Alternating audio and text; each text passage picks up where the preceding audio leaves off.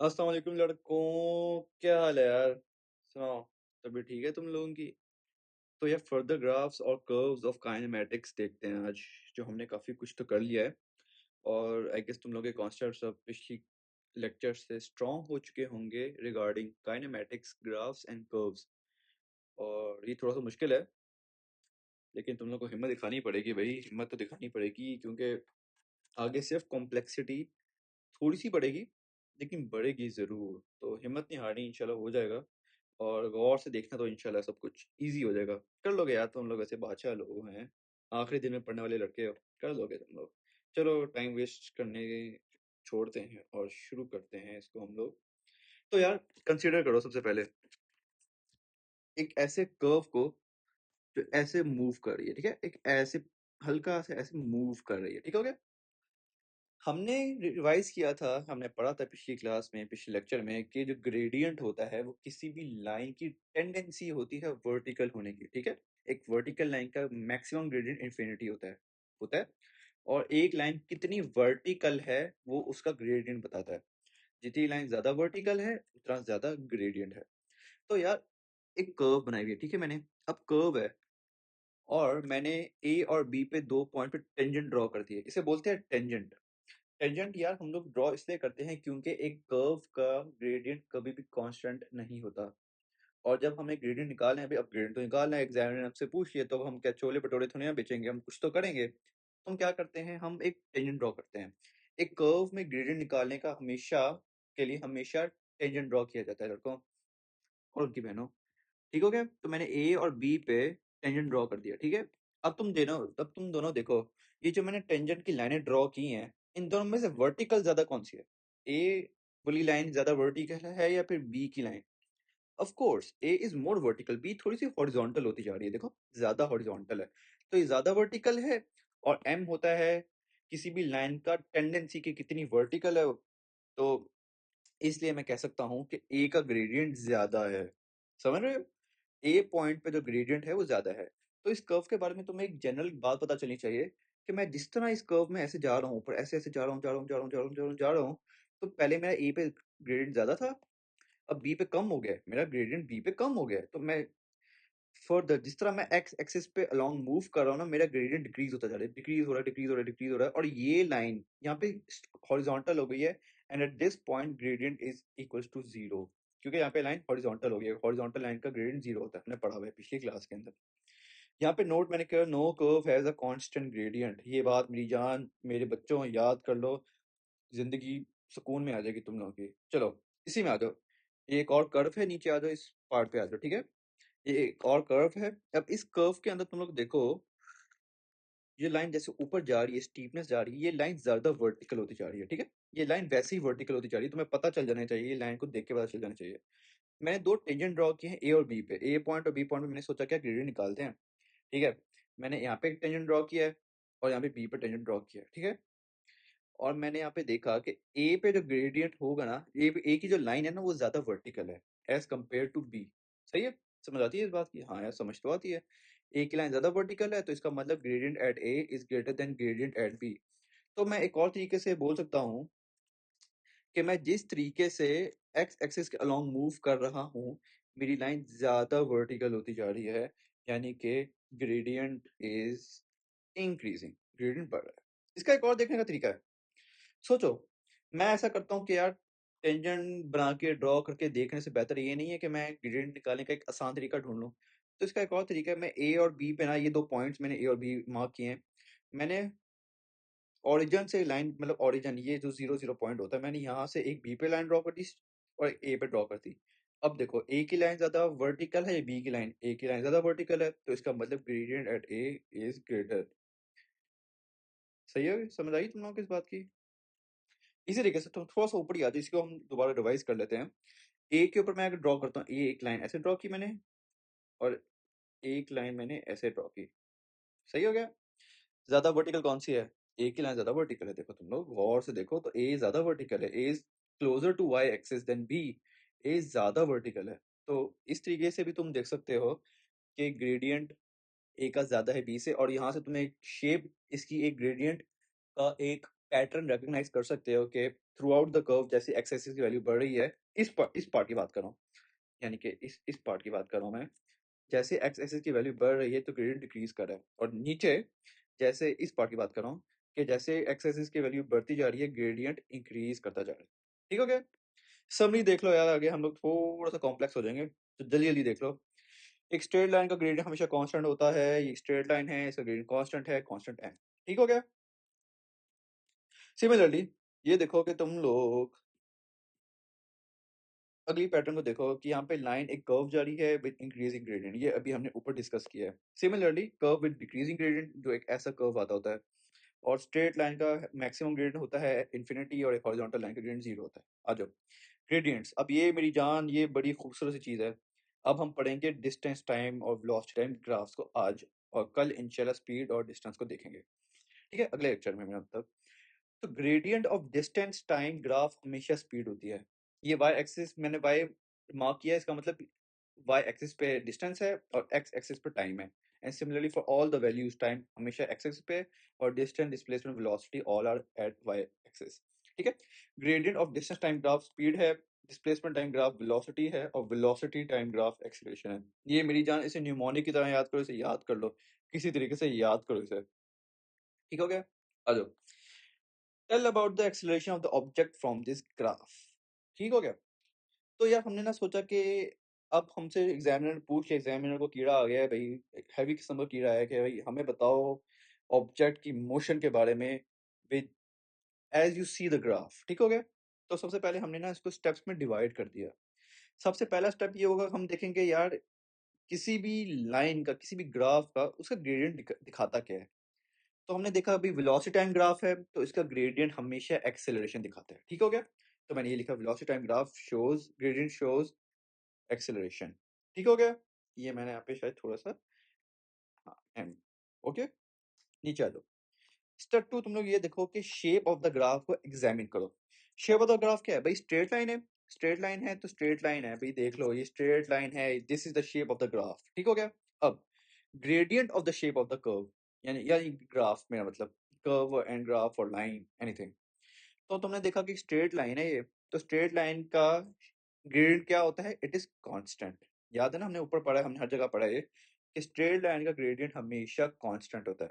तो यहाँ पे लिखा है gradient of straight line is constant, ये हमारा स्टेप 3 है। और स्टेप 4 है हमारा कंक्लूजन निकालो एंड पे। तो हमने सारे स्टेप 1 2 3 और 4 को कंबाइन करके हमने एक आखिरी प्रोडक्ट बताया कि एक्सेलरेशन कांस्टेंट है इस केस के अंदर। दोबारा, वेलोसिटी टाइम ग्राफ हमने देखा, हमने डिड्यूस किया भाई इसका ग्रेडियंट एक्सेलरेशन दिखाता है, पहला स्टेप। दूसरा स्टेप हमने देखा कि यार ये लाइन स्ट्रेट है। तीसरा step is gradient of the shape, जो स्ट्रेट लाइन है, जो ये जो इसकी शेप है, ग्रेडियंट ऑफ स्ट्रेट लाइन क्या होता है? कांस्टेंट। एक और चौथा हमारा फाइनल कंक्लूजन, कि इस वजह से इसका जो एक्सेलरेशन होगा, जो इसका ग्रेडियंट दिखाता है, वेलोसिटी टाइम ग्राफ का ग्रेडियंट एक्सेलरेशन दिखाता है, हमने स्टेप 1 में डिड्यूस कर लिया था, वो कांस्टेंट है। आई को समझ आ जानी चाहिए यार। आओ मजीद, अब इसके ऊपर बताओ, हमारी वेलोसिटी टाइम ग्राफ की एक और आगे कर्व आ गई है। ठीक हो गया भाई? एक कर्व आ गई है, और कर्व हमें बता रही है कि ये ऐसे कर्व जा रही है। ठीक है, ऐसे कर्व जा रही है। तो comment on the motion of the body. देखो, सबसे पहले हमने देखा कि वेलोसिटी टाइम ग्राफ है, इसका मतलब इसका जो ग्रेडियंट है वो एक्सेलरेशन। ठीक हो गया? दूसरा हमने देखा भाई ये कर्व जा रही है, कर्व है, तो इसका मतलब इसका जो ग्रेडियंट है वो चेंजिंग है, वो वेरिएबल है, और इस केस के अंदर लाइन डिक्रीजिंग ग्रेडियंट से जा रही है, हमने ऊपर डिस्कस कर लिया। ठीक हो गया? दूसरा हो गया। तीसरा, अब हम इसको मैच करते हैं कि एक्सेलरेशन और ग्रेडियंट को मैच करो, कि ग्रेडियंट इसका एक्सेलरेशन दिखाता है और एक्सेलरेशन यहाँ पे डिक्रीज करिए। क्यों? क्योंकि वेलोसिटी टाइम ग्राफ का ग्रेडियंट एक्सेलरेशन होता है, and because the shape of the curve is with the decreasing gradient, acceleration is decreasing. समझ आई? और बॉडी, इसका मतलब ये है इस बॉडी का, कि बॉडी एक तरह से रिटार्डेशन परफॉर्म कर रही है। ये बॉडी की वेलोसिटी कम हो रही है। देखो ना, वेलोसिटी इसकी कम होती जा रही है, वेलोसिटी गलत बोल दिया मैंने, एक्सेलरेशन इसकी डिक्रीज हो रही है। मतलब रिटार्डेशन नहीं हो रही, डिक्रीज हो रही है। रिटार्डेशन तो नेगेटिव होती है ना। मतलब कि वेलोसिटी कम होती जा रही, कम होती जा रही, कम होती कम होती होती यहाँ पे हॉरिजॉन्टल हो गई। देखो यहाँ पे लाइन हॉरिजॉन्टल है, यहाँ पे मतलब कि ए की वेलोसिटी की वैल्यू थी और अब थ्रू आउट द मैं लाइन को बड़ा करता जाऊँ, तो अब ये लाइन हॉरिजॉन्टल हो गई, ये लाइन अब एक स्ट्रेट लाइन हो गई है। यहाँ पे इसका मतलब इसकी वेलोसिटी कांस्टेंट हो गई है। देखो मैंने जो हाईलाइट किया ना ये पार्ट, बेसिकली तुम्हें एग्जामिनर ने यही पूछना है कि भाई तुम्हें फाइनल कंक्लूजन बताओ। हाँ, ये जो मैंने तुम्हें ऊपर जो कीड़े नहीं बताए हुए, तुम्हें डिड्यूस करवाया कि शेप को देखो फिर इसको ग्रेडियंट से मैच करो और फाइनल रिजल्ट निकालो, ये है इसकी एक्सप्लेनेशन। और एक्सप्लेनेशन तुमने सिर्फ तब प्रोवाइड करनी है जब एग्जामिनर तुमसे एक्सप्लिसिटली पूछे कि भाई एक्सप्लेन करो इस कर्व को, फिर तुम ये लिखोगे सारा कुछ, ठीक हो गया। वरना तुम्हें सिंपल कंक्लूजन लिखनी है कि ये एक ऐसी कर्व जा रही है, इसका ग्रेडियंट डिक्रीजिंग है और एक्सेलेरेशन डिक्रीजिंग है, ठीक हो गया।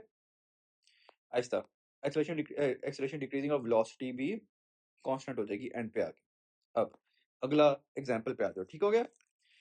इसके अंदर एक लाइन स्ट्रेट है और हमने सबसे पहले देखा वेलोसिटी टाइम ग्राफ है, इसका ग्रेडियंट एक्सेलेरेशन होता है। और क्योंकि लाइन स्ट्रेट है और स्ट्रेट लाइन का मतलब ये तो हॉरिजॉन्टल स्ट्रेट लाइन है और इसका ग्रेडियंट जीरो होता है और एक्सेलेरेशन चूंकि इसका ग्रेडियंट शो करता है तो एक्सेलेरेशन भी जीरो हो गया, ठीक हो गया। नीचे आ जाओ, डिस्प्ले टाइम ग्राफ हमने देखा, इसका मतलब इसका ग्रेडियंट एक्सेलरेशन है। हमने देखा कि एक स्ट्रेट लाइन है, ऐसे एक स्ट्रेट सी लाइन है और एक स्ट्रेट लाइन का ग्रेडियंट कांस्टेंट होता है। तो हमने ये डिड्यूस किया कि चूंकि डिस्प्लेसमेंट टाइम ग्राफ का हाँ डिस्प्लेसमेंट टाइम ग्राफ में आ चुके हैं हम लोग, sorry sorry, displacement time graph है, इसका ग्रेडियंट वेलोसिटी होता है। और हमने देखा कि चूंकि ये लाइन स्ट्रेट है तो इसका ग्रेडियंट कांस्टेंट है and because it's gradient shows velocity, the velocity is constant and because velocity is constant the body experiences zero acceleration. देखो उसकी एक्सेलरेशन जीरो है। देखो अगर मेरी एक ऑब्जेक्ट की velocity final v minus U upon T होता है ना एक्सेलरेशन, ये तो तुम्हें पढ़ा होगा, v minus U upon T, v where v is the final velocity, u is the initial velocity. अगर फाइनल वेलोसिटी इसकी x है और इनिशियल भी x ही है तो जीरो नहीं हो गया ये, और zero upon any value of time will give you zero, zero upon anything gives you zero, तो एक्सेलरेशन जीरो हो गई। तो ऐसी बात है, यहाँ पे भी इसकी एक वेलोसिटी कांस्टेंट वेलोसिटी क्योंकि ग्रेडियंट कांस्टेंट है, यहाँ पे भी इसकी कांस्टेंट वेलोसिटी है बिकॉज ग्रेडियंट इज कांस्टेंट। तो कांस्टेंट वेलोसिटीज की वजह से acceleration through out the motion zero है। नीचे आ जाओ, यहाँ पे कर्व क्योंकि इंक्रीजिंग हो रही है, इंक्रीजिंग ग्रेडियंट है एंड डिस्प्लेसमेंट टाइम ग्राफ का ग्रेडियंट वेलोसिटी दिखाता है, तो इसका मतलब velocity is increasing and because velocity is increasing acceleration is increasing। velocity acceleration directly proportional है, अगर तुम velocity को बढ़ाओगे तो एक्सेलरेशन भी बढ़ेगी, ठीक हो गया। आओ डिस्प्लेसमेंट टाइम ग्राफ का एक और यहाँ पे नीचे, यहाँ पे कर्व तुम्हारी इस तरह जा रही है और ये डिक्रीजिंग ग्रेडियंट की कर्व है, हमने ऊपर डिस्कस कर चुके हैं। तो चूंकि ये डिक्रीजिंग ग्रेडियंट की कर्व है और डिस्प्लेसमेंट टाइम ग्राफ का जो ग्रेडियंट होता है वो वेलोसिटी दिखाता है, तो ये दिखा रहा है कि वेलोसिटी उसकी डिक्रीज होती जा रही है with time because gradient is decreasing, velocity is decreasing. अब यहाँ पे एक बड़ी मजे की बात है, देखो इस पॉइंट ए के ऊपर लाइन हॉरिजॉन्टल हो गई है, हॉरिजॉन्टल होगी इसका मतलब एक हॉरिजॉन्टल लाइन का ग्रेडियंट जीरो होता है, हमने पढ़ा था ना ये। यहाँ पे यानी कि इसका जो ग्रेडियंट है वो जीरो हो गया और ग्रेडियंट इसका वेलोसिटी दिखाता है, तो यहाँ पे एट ए एंड ए और उससे आगे वेलोसिटी इज एब्सोल्युटली जीरो और वेलोसिटी भी जीरो हो चुकी है। तो इससे एक बड़ी मजे की कंक्लूजन निकलती होती है कि थ्रू आउट द मोशन तो ग्रेडियंट कम हो रहा था ना, ग्रेडियंट कम हो रहा था और ग्रेडियंट तो इसका वेलोसिटी दिखाता है। तो चूंकि इसकी वेलोसिटी ही डिक्रीज कर रही थी ना, पहले 10 थी अब 8 हो गई, फिर 6 हो गई, फिर 4 हो गई, फिर 2 हो गई, फिर 1 हो गई, तो ये रिटार्डेशन परफॉर्म कर रहा है। इसकी एक्सेलरेशन नेगेटिव है, ये एक्सेलरेशन नहीं कर रहा है, ये डिसेलरेशन कर रहा है, ये रिटार्डेशन कर रहा है, ये नेगेटिव एक्सेलरेशन कर रहा है। हमने नेगेटिव एक्सेलरेशन को हमने कवर किया हुआ अपने पिछले लेक्चर्स के अंदर, रिवाइज कर लेना अगर तुम्हें जरूरत पड़े और थोड़ा सा अगर तुम कंफ्यूज हो रहे हो। नीचे आ जाओ, area under velocity time graph. देखो यार, वेलोसिटी टाइम ग्राफ का जो एरिया होता है ना वो हमेशा डिस्प्लेसमेंट दिखाता है, हमेशा मेरी जान, हमेशा डिस्प्लेसमेंट दिखाता है, यकीन कर लो, अपने भेजे में दिमाग में बिठा लो ये बात। देखो एक ऑब्जेक्ट है, ए से शुरू हुआ है वो, ठीक है, अब वो आगे जाता जा रहा है, बी तक गया है, फिर सी तक, फिर डी तक, ऐसे हो गया वो, ये चार उसने सर्कल पूरे किए हैं, ठीक हो गया। पहले भाई साहब ए पे बैठे हुए थे, भाई को चुल मची, भाई बी पे गए, फिर सी पे गए, फिर डी पे गए, ऐसे हो गया। अब वो हमसे पूछता है यार डिस्प्लेसमेंट बताओ, ये भाई साहब घूम फिर के जो आए हैं, ये जो भाई ने सही शेरो सियाफत की है, क्या बोलते हैं इसे यार, मैं भूल गया मैं, भाई की इज्जत ही नहीं है। हाँ, तो भाई हमसे पूछते हैं यार डिस्प्लेसमेंट बताओ, तो हमने कहा यार भाई की कुछ ख्वाहिश पूरी करते हैं। तो यार ये जो पूरी फिगर है ना, ये एक ट्रेपीजियम है और ट्रेपीजियम का एरिया क्या होता है 1/2 height into sum of parallel sides. ऐसे ही होता है ना, sum of parallel sides. Parallel का क्या सिंबल होता है, चलो ऐसे कर लेते हैं भाई, पैरेलल साइड्स। ऐसे ही हो गया, ठीक हो गया। अब हम निकालते हैं 1/2, इसकी हाइट क्या है, इस बॉडी की पूरी की हाइट है 10, देखो 10 है ना, हाँ 10 है। Sum of parallel sides, B C is parallel to A D, तो बी सी कौन सी है 20 to 30, 30 - 20 प्लस, और ये कौन सी हमारी होगी 30 - 20, एंड ये जो पूरी ए डी है विच इज 35, ऐसे ही है। तो 1/2 इंटू 10, 10 + 35 45, 1/2 यहाँ पे 5 बचेगा, 45 time 5 and I have got the calculator which approximately comes upon 225। तो 225 मीटर भाई साहब आगे हैं। अब एग्जामिनर को एक चुल मचती है कि यार वो सब तो ठीक है भाई, तो हमें तुम मोशन को एक्सप्लेन करो कि बॉडी ने किया क्या है। तो यार हम मोशन को, हमने सोचा कि यार तुम्हारी ये ख्वाहिश भी पूरी कर लेते हैं। तो भाई की ख्वाहिश पूरी करते हैं और भाई को जवाब देते हैं भाई की जुबान में। तो भाई सल्लू भाई नहीं, भाई बोले देखो भाई, बॉडी यहाँ पे 0 से शुरू हुई, चलो ठीक है, बॉडी स्ट्रेट लाइन में गई है, ये देखो एक ग्राफ है, स्ट्रेट लाइन है, वेलोसिटी टाइम ग्राफ है, इसका मतलब इसका ग्रेडियंट एक्सेलरेशन है, and because it is a straight line from A to B, and because it is a straight line and straight line has a constant gradient, and because the gradient of velocity time graph is acceleration, so acceleration is constant, and from B to C the line is horizontal, and because the gradient of velocity time graph is acceleration, and because the line is horizontal and the gradient of horizontal line is 0, acceleration is 0, and from C to D the line is moving downwards, the line is moving downwards। देखो वो नीचे आ रही है, उसकी velocity decrease कर रही है, and because the gradient of velocity time graph is acceleration, and because it is a straight line with constant gradient। देखो यहाँ पे एक बड़ी मजे की बात है, a to b तो constant acceleration थी ना, ये कांस्टेंट डिसेलरेशन है क्योंकि वेलोसिटी डिक्रीज करी है, ये उल्टा डिक्रीज करी है from 10 to 8 to 6 to 4 to 0, absolutely 0, ठीक हो गया। तो वेलोसिटी डिक्रीज कर रही है, तो C to D is not acceleration, it is deceleration, it is negative acceleration, ठीक हो गया। And that pretty much sums up kinematics, you know, like there are few topics left, but I guess this should, you know, clarify your doubts, and if you have any queries you can ask me in the comments, I'm always available। भाई के लिए हमेशा available होते हैं यार, क्या करें, वेले ही बैठे होते हैं।